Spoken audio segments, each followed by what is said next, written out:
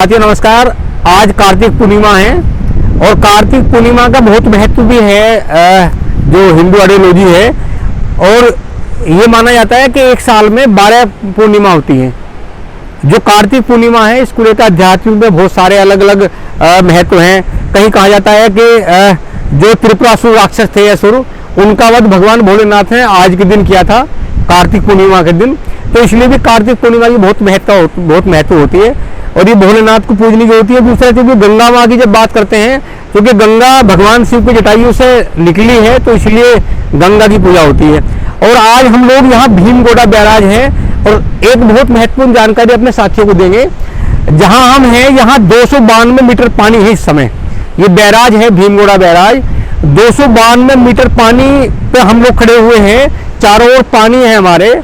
पूरा विहंगम दृश्य आप देखोगे कि हरिद्वार में ये जो जब हम भीम कुंड की बात करते हैं, भीमगोड़ा कुंड की बात करते हैं, बैराज की बात करते हैं, तो चूंकि इसके भी बहुत महत्व है प्राचीन काल से। महाभारत कालीन जब हम बात करेंगे तो कौरव पांडवों की तो उसका भी जुड़ाव है इस जहां हम खड़े हुए हैं इस भूमि से। ये बताया जाता है महाभारत में कि जब एक बार पांडव भगवान कृष्ण के साथ आए थे तो उनकी माता कुंती और पांचाली को प्यास लगी, पानी की व्यवस्था नहीं थी, तो तब भगवान कृष्ण ने भीम से कहा कि पानी की व्यवस्था करो। तो बहुत सारी बातें अलग अलग उसमें कहीं कहा गया कि इतना पानी था गंगा में कि भीम का घुटना नहीं डूब पाया था, इसलिए भीमगोड़ा कहते हैं। कभी कोई ये भी कहता है कि भगवान कृष्ण ने कहा कि पानी निकालो तो पानी निकाला गया, तो यहाँ पानी आ गया। तो इसको लेकर यहाँ एक कुंड भी है, भीम कुंड। ये कुंड ही है इस समय, क्योंकि 292 मीटर का कुंड है, ये बैराज है। 292 मीटर पानी यहाँ है जहाँ हम खड़े हुए हैं। और साथियों चूंकि कार्तिक पूर्णिमा है, आज पूरे देश में तमाम लोग कार्तिक पूर्णिमा को मनाते हैं, गंगा में स्नान करते हैं। जहाँ तक उत्तर भारत की बात है तो उत्तर भारत में चूंकि गंगा माँ का क्योंकि ये मार्ग है और गंगा नदी है और गंगा नदी को क्योंकि महत्व भी है, पूजा जाता है। तो आज के दिन तमाम मेले लगे हुए हैं। हरिद्वार से लेकर इलाहाबाद तक जब देखेंगे गंगा के तट पे चारों तरफ मेले हैं और तमाम श्रद्धालु रात में आ चुके। एक ये भी है कि जब कोई डेथ होती है तो पूर्णिमा से पहले दीप दान होते हैं, दीप जलाए जाते हैं और दीप जला के जो आत्मा है उसकी शांति के लिए सब लोग दुआएं करते हैं। तो ये जो भीमगोड़ा बैराज है, मैं आपको दिखाऊंगा कि यहाँ मेरे सामने उधर जो एक बैराज बना हुआ है, वहां से एक नहर निकली है। जो नहर बिजनौर और मुरादाबाद को जाती है। वहां लाखों किसानों की जो भूमि है उसकी सिंचाई करती है। और इधर ये जो है ये असल में हर की पैड़ी के लिए यहाँ से बैराज बना हुआ है। जो हर की पैड़ी में पानी गया है माँ गंगा का, यहीं से गया है और हर की पैड़ी से निकलते हुए ये फिर नहर का रूप लेती है। जो गंग नहर है जो मेरठ को होकर निकलती है, मुरादाबाद को कानपुर तक जाती है, जिसमें जल विद्युत केंद्र भी हैं 4। जैसे कि मैंने पहले बताया कि इस नहर पर 4 जल विद्युत केंद्र है। एक चितौड़ा है, निर्गाजनी है, सलावा है और भोला पावर हाउस है। जब ये नहर बनी थी लगभग 1854 के आसपास, क्योंकि ये जो पुल है ये बताया गया कि इस बैराज का निर्माण ब्रिटिश हुकूमत में 1840 में निर्माण शुरू हुआ और 1853-54 तक इसका निर्माण पूरा हुआ। हालांकि कुछ काम रह गया, फिर देश आज़ाद हुआ। आज़ादी के बाद भी इस पर कई साल लगे। 1978-79 के आसपास का काम कंप्लीट हुआ। तो ये बैराज है और यहाँ पानी है, क्योंकि 292 मीटर पानी, जैसे मैंने पहले बताया 292 मीटर पानी है यहाँ माँ गंगा पे, बैराज पे, भीमगोड़ा बैराज पे हम लोग यहाँ हैं। और चारों ओर आप देख सकते हैं कि किस तरह जल का पूरा विहंगम में जल है। उधर पर्वत है, उधर ऋषिकेश से गंगा का पूरा प्रवाह है। इधर मेरे राइट में हरिद्वार है, सामने मनसा देवी का मंदिर है, हमारे सामने चंडी देवी का मंदिर है। और जो लोग हरिद्वार आते हैं तो माता मनसा देवी के मंदिर पे भी वो लोग जरूर जाते हैं, चंडी माता के मंदिर पे जरूर जाते हैं। उससे पहले स्नान करते हैं यहाँ क्योंकि हर की पैड़ी पे ये माना जाता है कि हरिद्वार को अभी भी आध्यात्मिक दृष्टि से हरि का द्वार बोलते हैं। ये यहाँ स्नान करता है, उसका बड़ा महत्व। और खासकर जब कार्तिक पूर्णिमा होती है, कार्तिक पूर्णिमा में यहाँ माँ गंगा के जल से जो स्नान करता है तो उसके लिए बहुत सारे पुण्य की बात है। और चूंकि गंगा का अवतरण तो पहले से है, बताया गया कि शास्त्र आध्यात्मिक किताबों में लिखा हुआ है कि भगीरथ लाए थे माँ गंगा को और अवतरण स्वर्ग से आई थी। भगवान शिव की जटायु में माँ गंगा का आवास है। और ये जब यहाँ ब्रिटिश हुकूमत थी तो साथियों क्योंकि सिंचाई का बहुत बड़ा संकट था, जल की बहुत बड़ी कमी थी उत्तर भारत में, किसानों को खेती के लिए पर्याप्त जल नहीं मिलता था।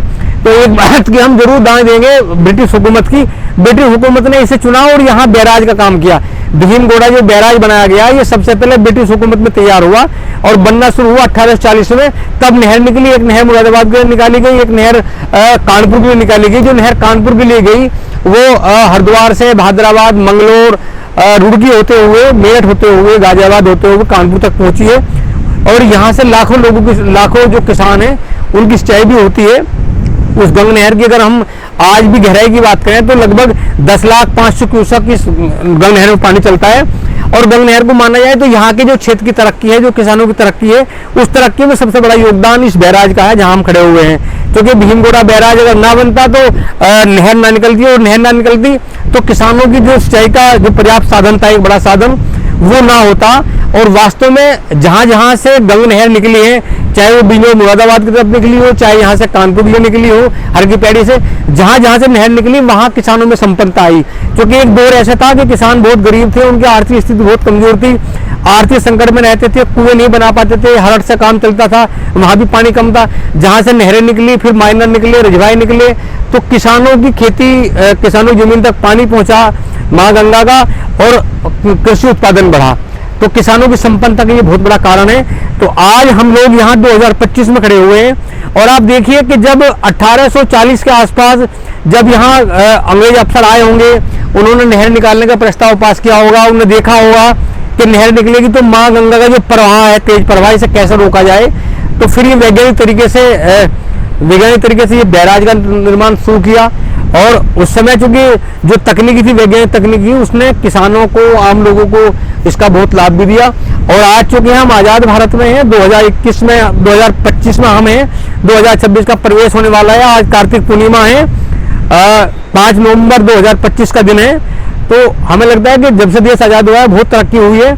लेकिन जहां हम खड़े हुए हैं, मैं एक बार फिर बताऊंगा कि 292 मीटर पानी यहाँ है माँ गंगा का, भीमगोड़ा बैराज पे।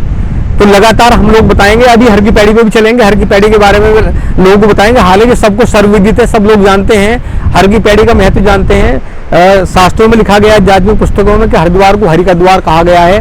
तमाम जब हम पहाड़ों की ओर चलते हैं तो तमाम देवताओं का वास है, जैसे जो हिंदू और रिलीजियस में लोग मानते भी हैं।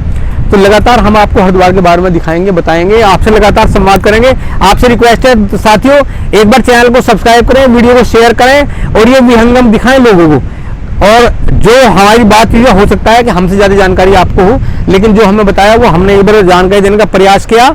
तो तमाम जानकारियां होनी चाहिए। ये जो भीमगोड़ा बैराज है, इसके बारे में कि भीमगोड़ा बैराज कैसे तरक्की के लिए जाना जाता है और कैसे किसानों की तरक्की हुई। माँ गंगा के प्रभाव को रोकने का ये एक बड़ा काम था, नदियों से नहर को निकालने का बड़ा काम था, लेकिन सरकारों ने किया और आज स्थिति बेहतर है। तो आप वीडियो को शेयर कीजिए, साथियों के सामने डिस्कस कीजिए और कमेंट बॉक्स में जरूर लिखिए। शायद आपको पता होगा कि जो भीमगोड़ा बैराज है इसका क्या महत्व है, और जो आप कहेंगे तो उस पर भी चर्चा करेंगे और संवाद भी करेंगे। साथियों नमस्कार।